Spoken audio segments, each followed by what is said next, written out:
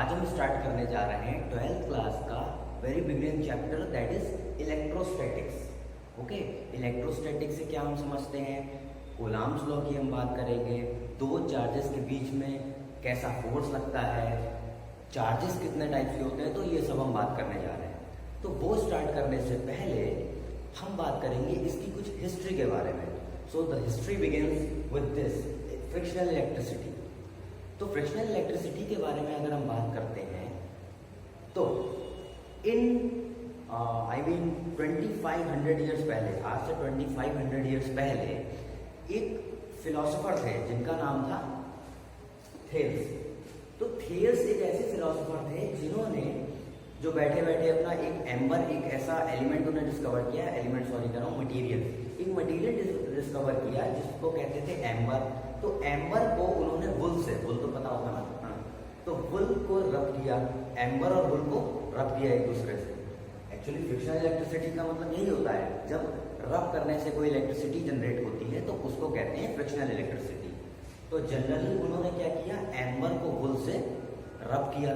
तो जब एम्बर को वुल से रब किया तो एम्बर में ऐसी प्रॉपर्टीज आ गई कि वो बहुत ही लाइट पार्टिकल्स को अट्रैक्ट करना स्टार्ट कर दिया।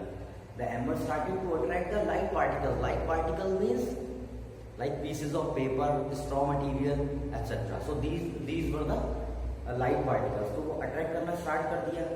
पर क्या हुआ, किसी ने ध्यान नहीं दिया। जैसे आपका क्या होता है, जब आप कोई अच्छा काम करते हैं जैसे कोई ध्यान नहीं देता ना, तो इसी तरह से क्या होता है, उनके ऊपर भी किसी ने ध्यान नहीं दिया, इस प्रोसेस पे किसी ने ध्यान नहीं दिया, इस फिनोमेना पे किसी ने ध्यान नहीं दिया। कुछ नहीं, कोई बात नहीं, पर उनकी मेहनत खाली नहीं गई। आफ्टर दैट 16 उसी के ठीक 1600 ईयर्स बाद, 2000 ईयर्स बाद इन 1600 में गिलबर्ट नाम के डिस्कवरर था। तो उन्होंने बहुत ऐसे जैसे ग्लास हो गया, एम्बर हो गया, ठीक है, ऐसे बहुत से मटेरियल्स उन्होंने डिस्कवर किए जो एक दूसरे को रब करने पे कुछ ऐसी प्रॉपर्टी जनरेट करते थे कि वो दूसरे पार्टिकल को अट्रैक्ट या रेपल करने लगते थे।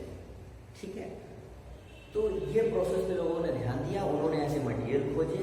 दैट मीन्स कि दो मटेरियल को रब करने पे क्या होता है, इलेक्ट्रिसिटी जनरेट होती है। तो ये प्रोसेस काम में आया। ठीक है, तो इस तरह से इस चीज की आपके इलेक्ट्रोस्टैटिक्स की स्टार्टिंग हुई। तो मटेरियल क्या, जब मटेरियल प्रॉपर्टी को जो अट्रैक्टिव या रिपल्सिव प्रॉपर्टी अपने अंदर इन्वॉल्व कर लेता था, तब क्या कहते थे उसे, उस मटेरियल को कहते थे इलेक्ट्रीफाइड कहते थे।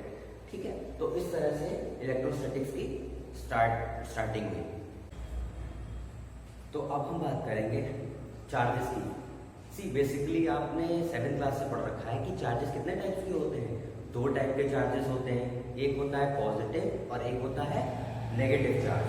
ठीक है, अगर पॉजिटिव चार्ज क्या होते हैं, रेपल करते हैं, that means same charges REPL each other, and unlike charges that means positive और नेगेटिव चार्जेस क्या होते हैं, अट्रैक्ट ईच अदर। ठीक है, ये तो बेसिक सी चीजें हैं, ये आप बुक से पढ़ सकते हैं। फिर हम किस पे आ जाते हैं, दो चार्जेस के बीच में, अगर दो चार्जेस मान लीजिए सेम चार्जेस हैं और वो दो चार्जेस क्या होते हैं, अट्रैक्ट होते हैं, दैट मीन्स उनके बीच में कोई फोर्स लग रही है, नहीं लग रही है। तो कुछ फोर्स लग रही है। अगर अपोजिट चार्जेस हैं, पॉजिटिव और नेगेटिव, तो वो अट्रैक्ट कर रहे हैं, दैट मीन्स उनके भी बीच में फोर्स लग रही है। और ये इसका कंक्लूजन ये निकला कि इनके बीच में, दो चार्जेस के बीच में कोई फोर्स लगती है। तो इसी फिनोमेना से डिस्कवर हुआ 1785 में कूलम्ब्स ने एक लॉ दिया, according to which the force between two charges Q1 and Q2, the force between two charges Q1 and Q2 is directly proportional to the product of their charges, and inversely proportional to the square of the distance between those charges. Okay, suppose diagram से हम समझ लेते हैं। ये मान लीजिए आपका Q1 charge रखा है और ये आपका Q2 चार्ज रखा है, और उनके बीच में डिस्टेंस कितनी है, R है। ठीक, तो इनके बीच में डिस्टेंस कितनी है, R है। तो कूलम्ब्स ने एक फंडामेंटल लॉ दिया, that is force is directly proportional to the product of the charges and inversely proportional to the square of the distance between two charges. तो ये फॉर्मूला क्या बन गया? F is proportional to Q1 by Q2 upon R square. अब proportionality का sign अगर हटा देंगे तो क्या बन जाएगा? F is equal to K Q1 Q2 by R square, where K is constant, where K is proportionality constant। K की वैल्यू भी होगी, जब कोई कांस्टेंट है तो उसकी एक वैल्यू भी तो होगी, तो वैल्यू क्या होगी? K इज इक्वल टू, यहाँ पे हम रखते हैं 1/4 pi epsilon naught, where epsilon naught is the permittivity in free space or vacuum or air। okay, so sorry vacuum, तो ये epsilon naught ये है, ठीक। अगर आप ये वैल्यू उठा के इसमें रख देंगे तो फॉर्मूला क्या बन जाएगा? 1/4 पाई epsilon naught Q1 by Q2 by R square. तो ये फॉर्मूला बन जाएगा, ठीक है। अब कहोगे कि इसकी वैल्यू क्या है? इसकी कोई वैल्यू होती है, ठीक है। इसकी वैल्यू क्या होती है? 1/4 पाई एप्सिलॉन की जो वैल्यू होती है वो होती है 9 × 10⁹। वैल्यू है, मैग्नीट्यूड है, तो इसकी यूनिट भी होगी। यूनिट क्या होती है? यूनिट होती है इसकी न्यूटन मीटर स्क्वायर पर कूलम स्क्वायर, ठीक है। तो इस तरह का आपका फॉर्मूला बनता है, ये इंपॉर्टेंट फॉर्मूला है किसी भी दो पॉइंट चार्जेस, ठीक है। ये फॉर्मूला वैलिड किस लिए? कब तक वैलिड है? एक दो चार्जेस हो जो कि पॉइंट चार्जेस हो। पॉइंट चार्जेस से क्या समझते हैं? अपने दोस्त को, अपने फ्रेंड को दूर से देखो, बहुत दूर से, 1 किलोमीटर दूर से देखो, तो क्या लगेगा? वो छोटा दिखेगा, नहीं दिखेगा, एक पॉइंट की तरह लगेगा। तो that is point charge. That means जो ऑब्जर्वर है और जो सोर्स है उसके बीच में डिस्टेंस काफी दूर है। दो लोगों के बीच की डिस्टेंस जब उनके साइज से बहुत बड़ी हो जाती है तो उसे कहते हैं पॉइंट चार्जेस। और ये वैलिड कब है? जब दो पॉइंट चार्जेस हो और स्टेशनरी चार्जेस हो। स्टेशनरी मतलब रुके हुए, स्टैटिक चार्जेस हो, रुके हुए, दो चार्ज रुके हुए। जैसे कि मैं यहाँ पे रुक जाऊं, ये चौक है और ये मेरा हाथ है, ये रुके हुए हैं, तो इनके बीच में क्या फोर्स लगेगी? इनके बीच की डिस्टेंस कितनी है? मान लो कुछ डिस्टेंस होगी, ठीक है। इसके ऊपर Q1 चार्ज है, इसके ऊपर, मेरे हाथ के ऊपर Q2 चार्ज है, तो इनके बीच में कोई फोर्स लग रही है, इलेक्ट्रोस्टैटिक फोर्स या कूलम्ब लॉ के फॉर्मूले से हम इसको निकाल लेंगे। तो इस तरह से आपके ऊपर आप ये तैयार कर। तो हम दो न्यूमेरिकल की बात करेंगे यहाँ पे, ठीक है। फर्स्ट न्यूमेरिकल क्या है? Calculate the coulomb force between electron and proton separated by distance इतना। तो एक इलेक्ट्रॉन है, एक प्रोटॉन है, उनके बीच की डिस्टेंस दे रखी है, फोर्स निकालना है। उससे पहले हमें ये पता होना चाहिए कि Q1 क्या है? यहाँ पे इलेक्ट्रॉन पे चार्ज कितना होता है? 1.6 × 10⁻⁻⁹, ठीक है। इलेक्ट्रॉन पे चार्ज होता है माइनस का 1.6 इतना। Q2 प्रोटॉन पे कितना चार्ज होता है? Q2 कितना है? पॉजिटिव का 1.6 × 10⁻⁻⁹। और इनके बीच की डिस्टेंस कितनी है? इतनी। तो फॉर्मूला लगा दो डायरेक्ट।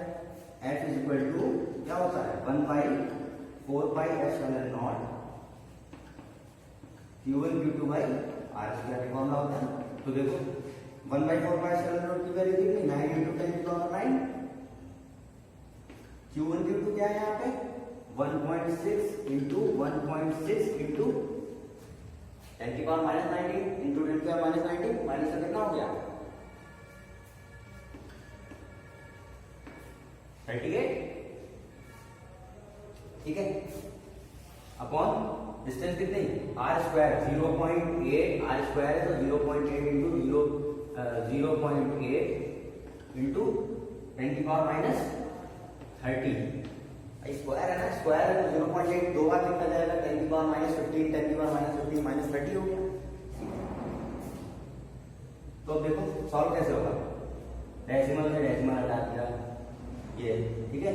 इससे ये मर गया, इससे ये मर गया, 8 × 16 8 × 16। आप वो माइनस कह रहे हो ना, तो माइनस यहाँ लगा देना, ठीक है। 8 × 16 8 × 16।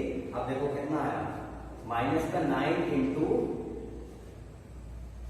10 की पावर इकट्ठा करो, देखो माइनस 38 ऊपर गया, कितना हो गया माइनस 38 प्लस 30 कितना हो गया माइनस का 8 और 9 कितना हो गया माइनस का 8 प्लस का 9 कितना हो गया 10 ही तो बचा है, यहाँ पे 10 बचा, और ये 2 2 का 4, तो 4 9 का 36, 360 आ गया यहाँ पे, माइनस का 360 न्यूटन। माइनस का मतलब क्या है, अपोजिट चार्ज है तो क्या होगा, माइनस का मतलब अट्रैक्टिव है, फोर्स कैसी है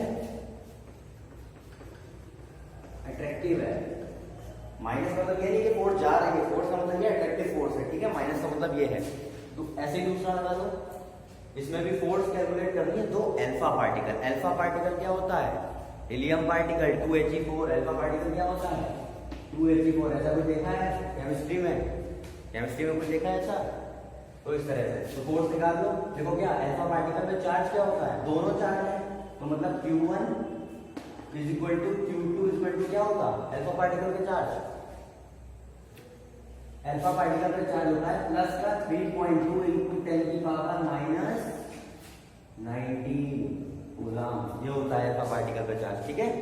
अब देखो फोर्स का फॉर्मूला क्या है भाई, 1/4/0, बार बार नहीं लिख रहा हूँ, 9 इंटू 10 की पावर माइनस की वैल्यू हो गई इंटू Q1 Q2 क्या हो गया 3.2 इंटू 3.2 इंटू 10 की पावर माइनस 38, ठीक है, अपॉन आर स्क्वायर। डिस्टेंस कितनी है दोनों के बीच 3.2 इंटू 10 की पावर माइनस 15, तो मतलब 3.2 इंटू 10 की पावर स्क्वायर है, इसलिए दो बार लिखा है, आर स्क्वायर होता है ना, क्या होता है फॉर्मूला आर स्क्वायर, इसलिए इसको दो बार लिखा। 10 की पावर माइनस 15, 10 की पावर माइनस 15 कितना माइनस 30 हो जाएगा, 10 की पावर माइनस 30। अब देखो 3.2 से 3.2 कैंसिल, 3.2 से 3.2 कैंसिल, ठीक है। अब क्या बचा 9, 10 की पावर माइनस 38 प्लस 30 कितना हो जाएगा, ये माइनस का है ऊपर जाएगा क्या हो जाएगा प्लस का हो जाएगा, तो माइनस 38 प्लस 30 माइनस का 8, फिर माइनस का 8 प्लस का 9 कितना हो जाएगा 9 माइनस 38 प्लस का 30, ये पावर ऊपर चली गई, तो क्या हो गया 9 इंटू 10 की पावर 1 मतलब 90, ये फोर्स आ गई। फोर्स किस में आई है प्लस में आई है, दैट मीन्स कैसे फोर्स है रिपल्सिव फोर्स, दो अल्फा पार्टिकल रिपल्सिव